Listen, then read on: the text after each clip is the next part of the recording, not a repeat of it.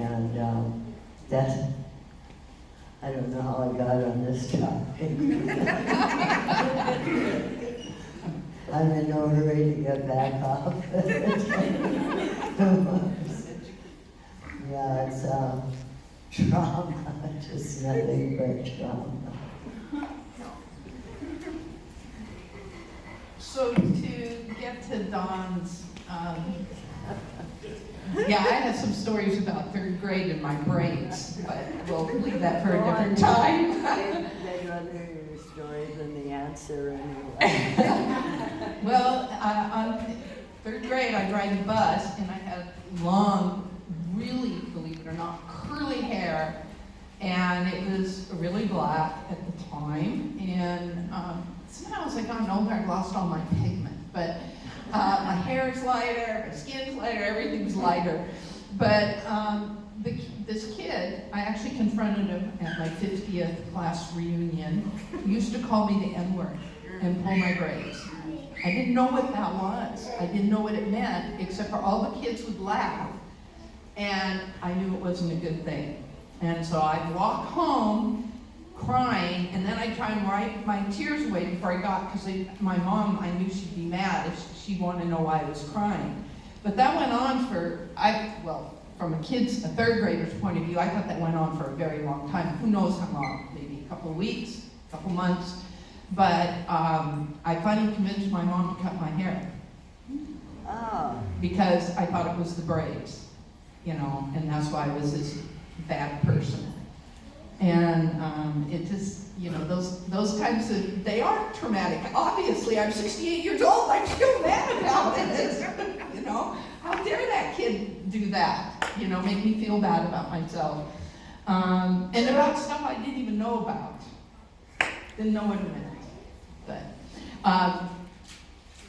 one second.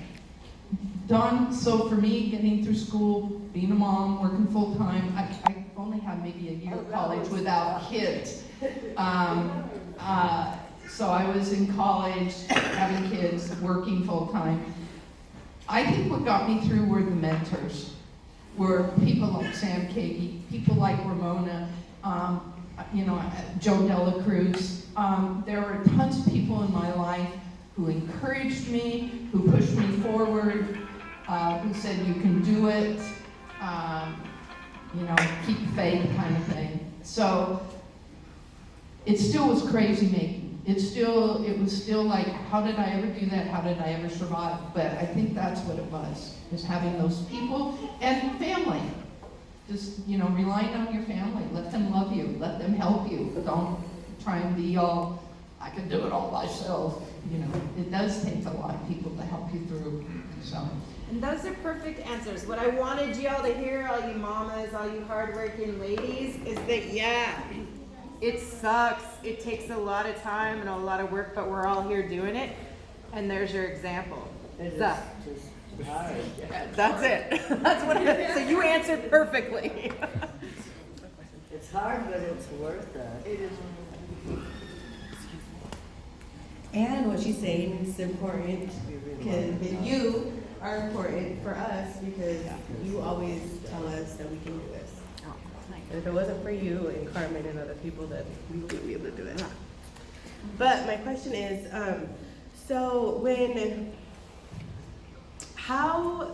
with all the struggles that, the fishing wars and, ICWA and everything, in those relationships that you guys have created with the allies, right, with politicians or whoever in the state,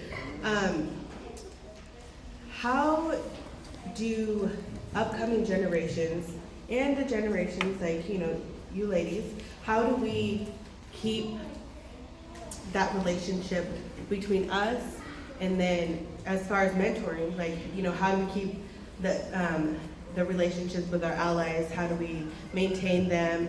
How do you see that happening with the younger generations coming up and creating these, continuing these relationships with those allies?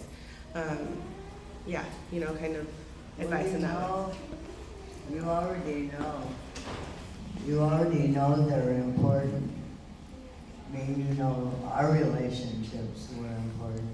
And I just recently, well, it's the 50th anniversary of damn near everything I did.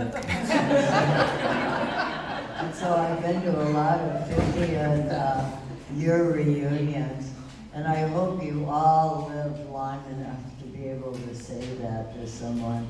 But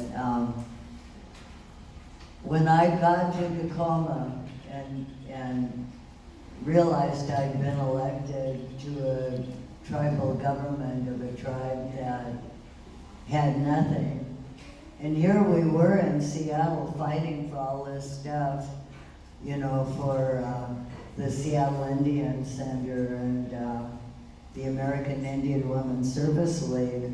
And 30 miles down the road, my own tribe had absolutely zippity-doo.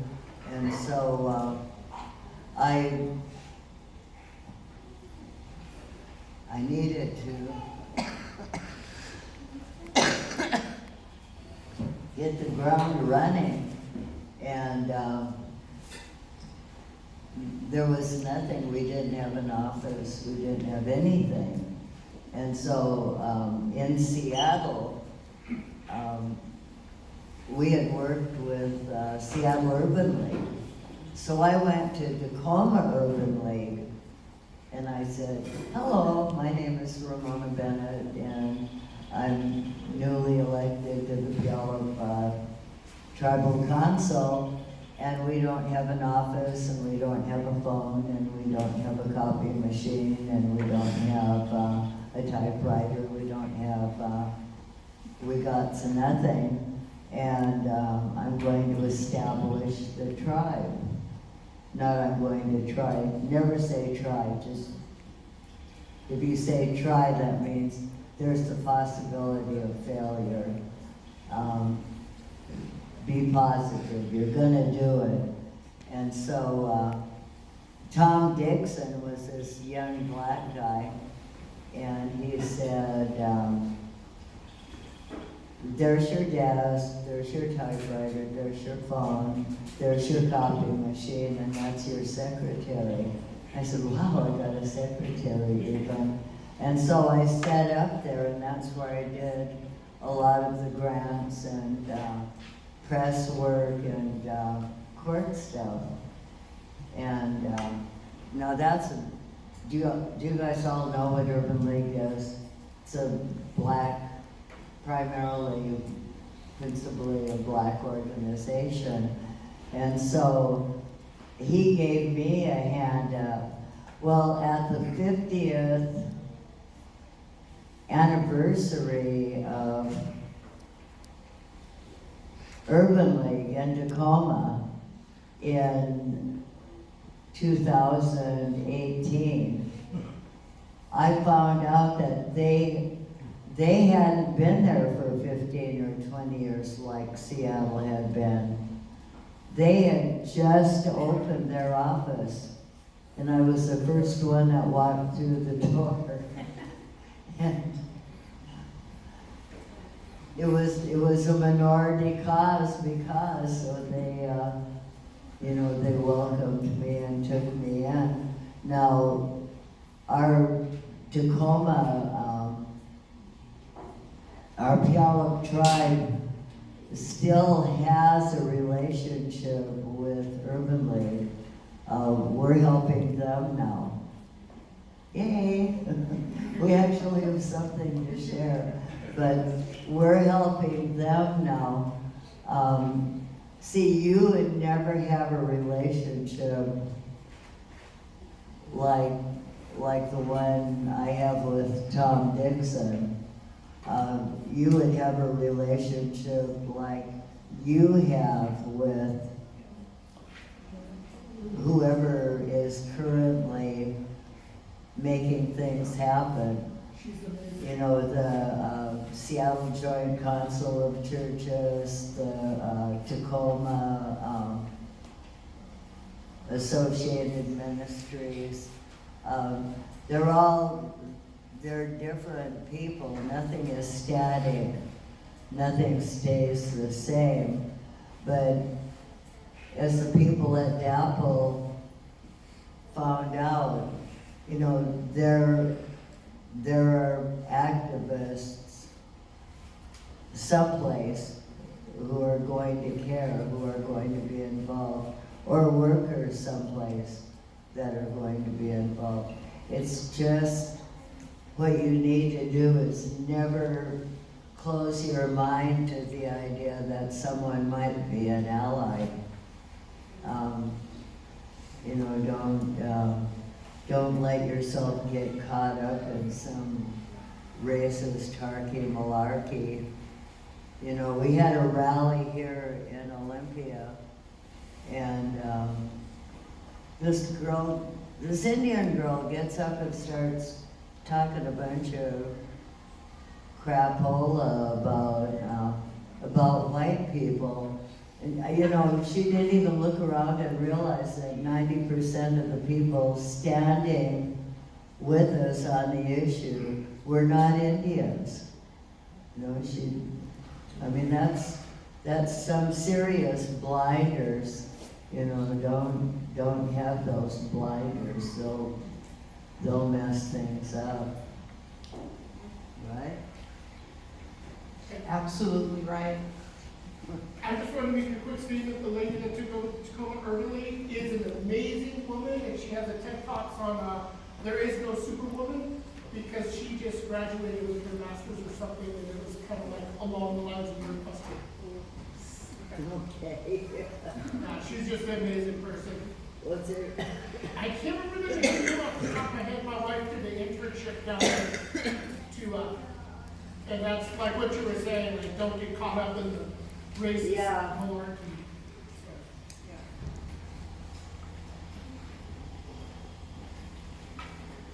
So it's the white ally part of this. And I want to give mine. It's like, Frank and I both, how I met Ramona was being on the front lines for LNG. And she and Clyde, her husband, came out one night, opened up the back of their car, and started taking t-shirts out. Like these. Here, let me help you. Okay. Well, the back part is the more interesting part. Well, I've already got my shirt off. Okay, well, do it. You can use me for Do show it. and tell. Okay, show and tell. So Tacoma smells like a big fart. Okay? Would smell like a big fart. Yeah. Watch your words. All right, fart. That's the operative word she wants to use. So, in any case, what I have told my non-native allies is you don't become an ally by just going to an event and then going home. You become an ally by learning who your friends are, by breaking bread, by hanging around, by doing the dishes, by hanging out with the kids and the grandkids. You know, I'm an auntie today. I'm not an ally. By hanging and being there and being in the home and loving and being loved. That's how we become allies. We don't become allies because of what we do on the front lines and then go back home to whatever our little background is. I'm kind of a better ally than some people I know, only because I grew up in dire poverty, you know, with a very dysfunctional family. So I know the drill. But you know, I know a lot of people, well, how do you know Ramona? I know Ramona because I went one night, and Frank went one night, when her 15-year-old grandson was gonna have his ceremony. And I thought I was going for 15 minutes. Well, 6, 7, 8 hours later, you know, both of us were there. And that's how, you know, if you teach your white ally friends, break bread with me for God's sakes. Ask how my kids are. You know, Anna Bean on tribal council to this day says to me, Carol, You could say good morning and how are you and how are your kids before you say, what's next on the agenda, you know? That's how you become an ally. So there it is.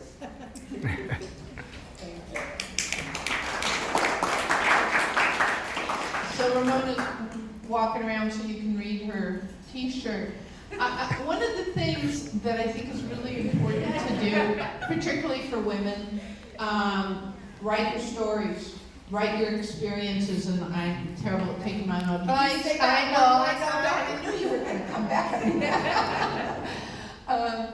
But so many people who've done so much, and I know Kendra had talked to me about being erased. And how many Native women can you name who've done significant things? Just off the top of your head, 4, 5, 3, 10, 15, what? 20. All right, Don, maybe 20, okay? How many Indian women do you think are out there who've done significant things that you don't know about? Thousands of women.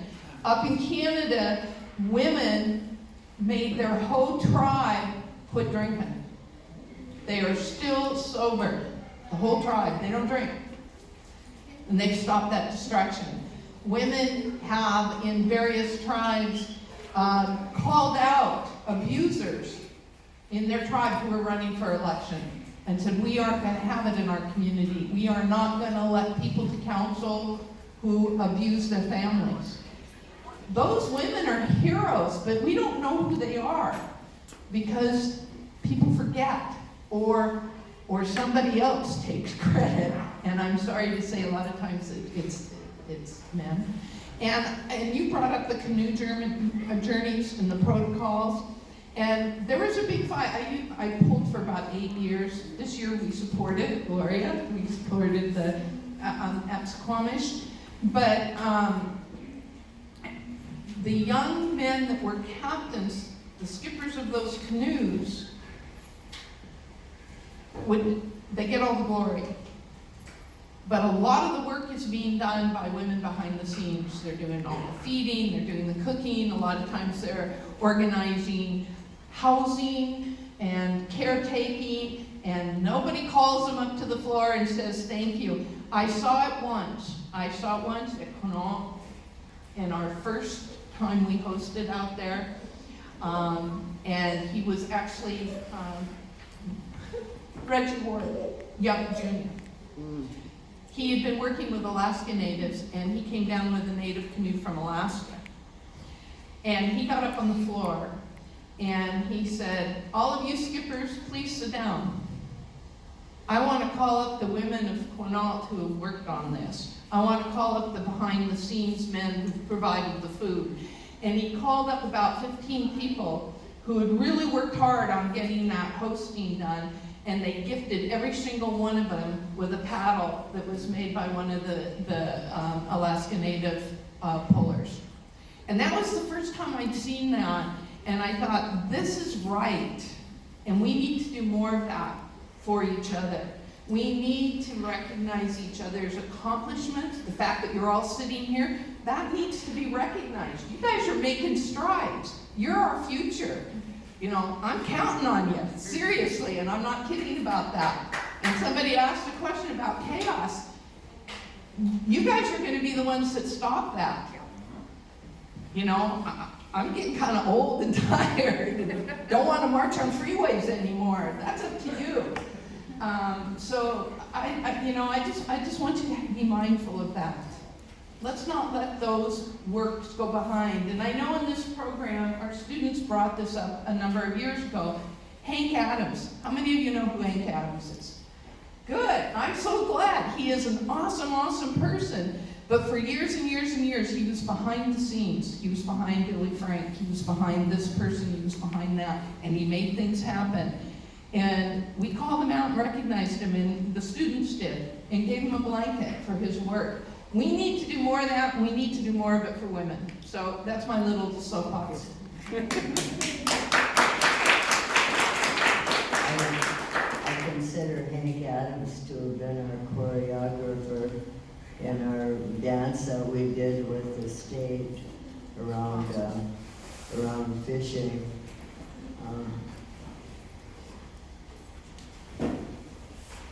You know, I quit. Oh, nice. What would Hank Adams do? How cool is that? Do you have a whole bunch of those or just yours? And I'll find you. Thank you. I need another one, people. Get your backpack. Well, you know, we're talking about recreational chemicals. I am an alcoholic, and I quit drinking in 1971.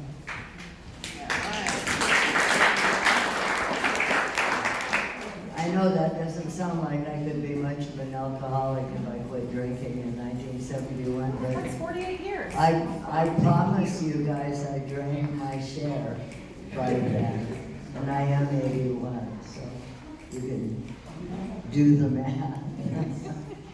But I did quit drinking because I had a bunch of kids following me, and Allison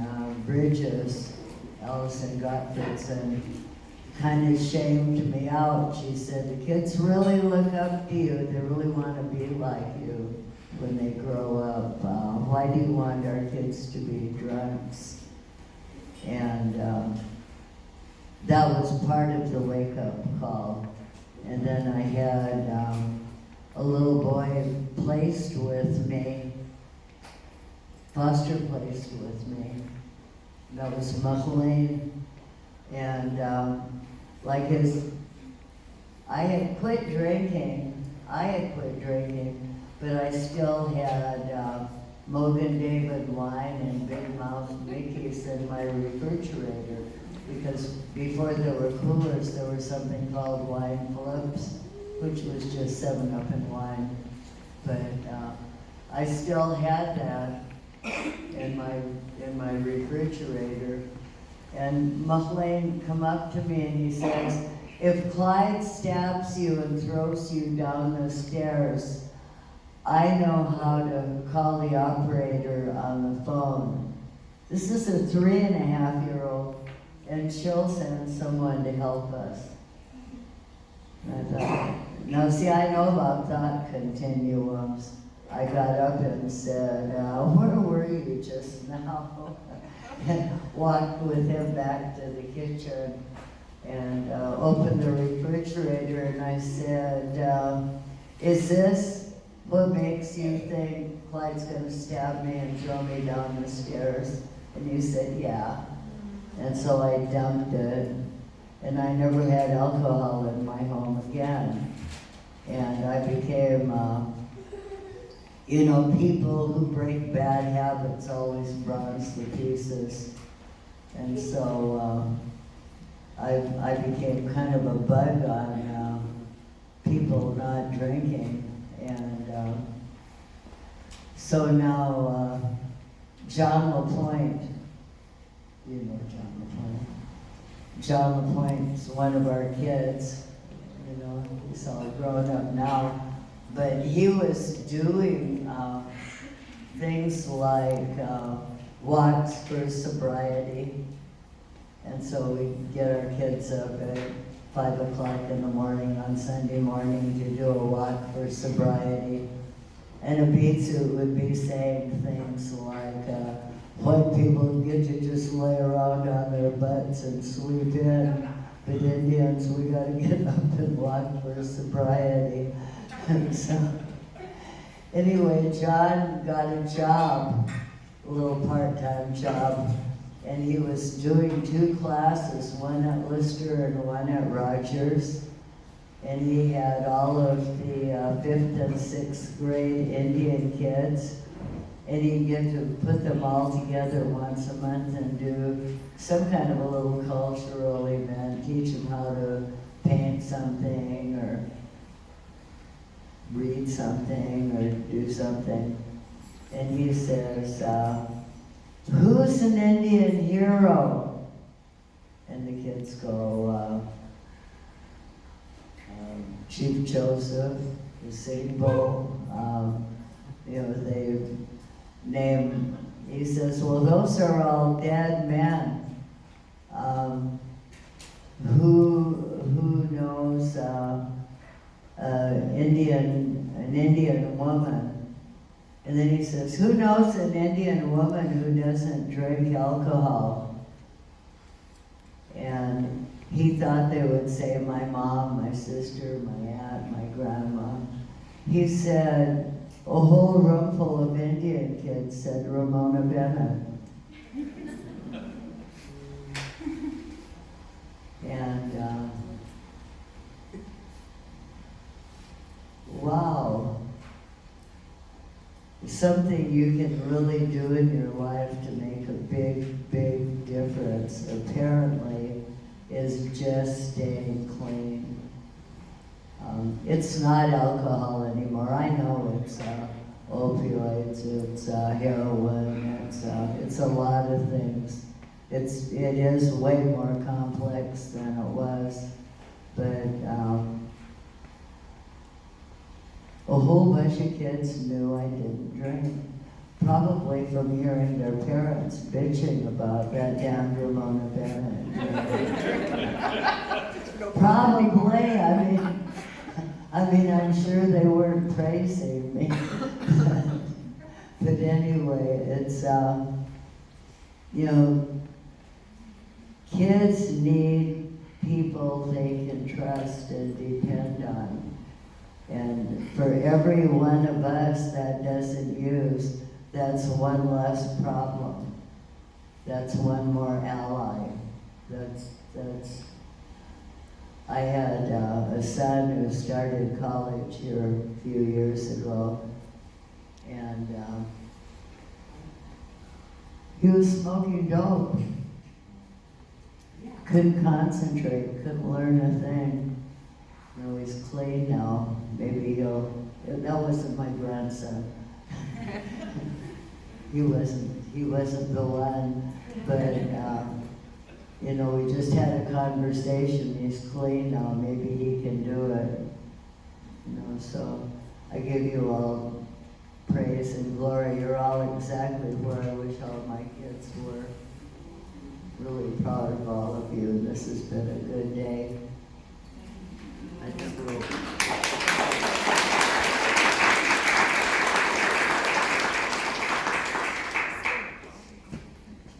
Are we going to wrestle over the No, go. You go. I think that's a beautiful way to end, but I want to make sure that we give another few minutes for any last questions that we have. Is that, we're do out we of have a time. couple here? So raise your hand if you had a question. I just want to see, so Barb and Joaquin, anyone else? Those two? I just have a quick comment. Do you need to be going for? No, Oh, you're fine? Okay. no, I'm So we have fine. just I these thought couple we'd gone minutes, so over we 10. have these two. So, yesterday, Mucky had 8 years, and he's the one who influenced me, because he could do it, I could do it. And so I'm coming up on 5 years, and I'm following his lead. And that's why I said that, there was that time I didn't listen to what he was saying. Now I almost always listen to what he's saying, so I'm actually following his lead. Right on. Let's give him another round of applause. Sorry.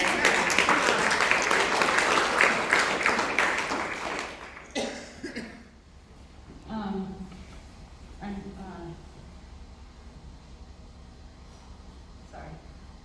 You're okay. Started choking up. Yes.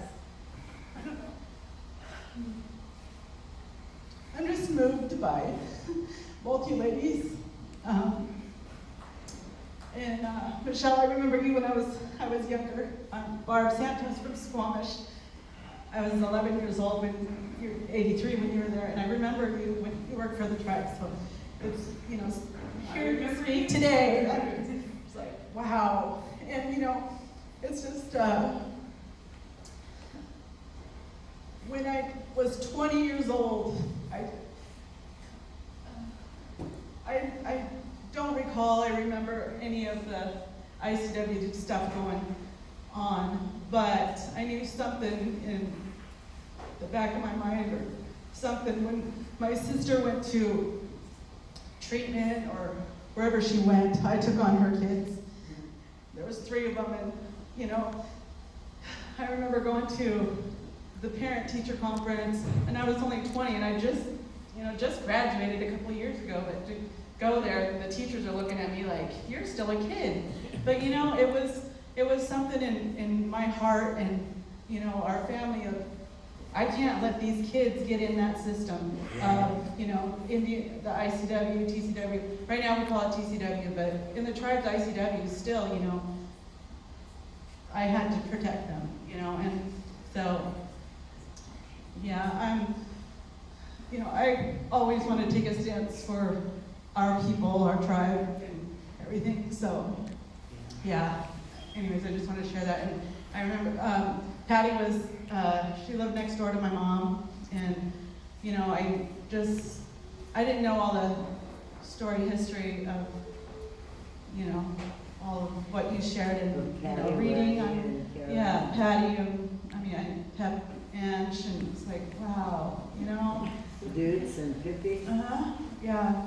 So, Nice, you know, nice, knowing that, because I really look up to those ladies as well, you know, I mean, our older, you know, I was very young and seeing all the older folks, and I still look at them as, you know, they're just awesome older people.